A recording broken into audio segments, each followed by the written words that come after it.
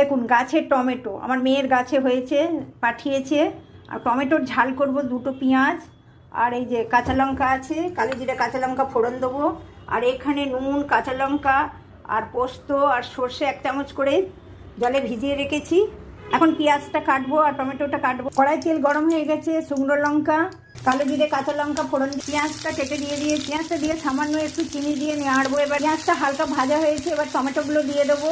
স্বাদ মতো নুন আর 1 চামচ হলুদ গুঁড়ো দিয়েছি, দিয়ে এবারে নেড়ে চেড়ে একটু ঢাকা দেবো। কাঁচা টমেটো পেঁয়াজ কষানো হয়ে গেছে, এখন মশলাটা দেব।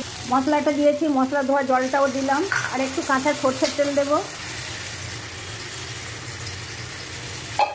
একটুও জল দিতে লাগেনি, শুধু ব্যালেন্স আনার জন্য নুন মিষ্টিটা স্বাদ মতো দেবেন। বাস এরকমভাবেই হবে, একটু শুকনো হয়ে গেলে নামিয়ে নেব। দেখুন বন্ধুরা, আমার কাঁচা টমেটো ঝাল হয়ে গেছে। কেমন হয়েছে দেখে বলবেন বন্ধুরা। ভালো লাগলে আমার চ্যানেলটাকে একটা সাবস্ক্রাইব করে দেবেন। আজকের মতো টাটা বন্ধুরা, আবার আসবো অন্য ভিডিও নিয়ে। এইভাবে কাঁচা টমেটোর চাটনি বানিয়ে করে খেয়ে দেখবেন বন্ধুরা, সর্ষে পোস্ত দিয়ে, ভালো লাগবে।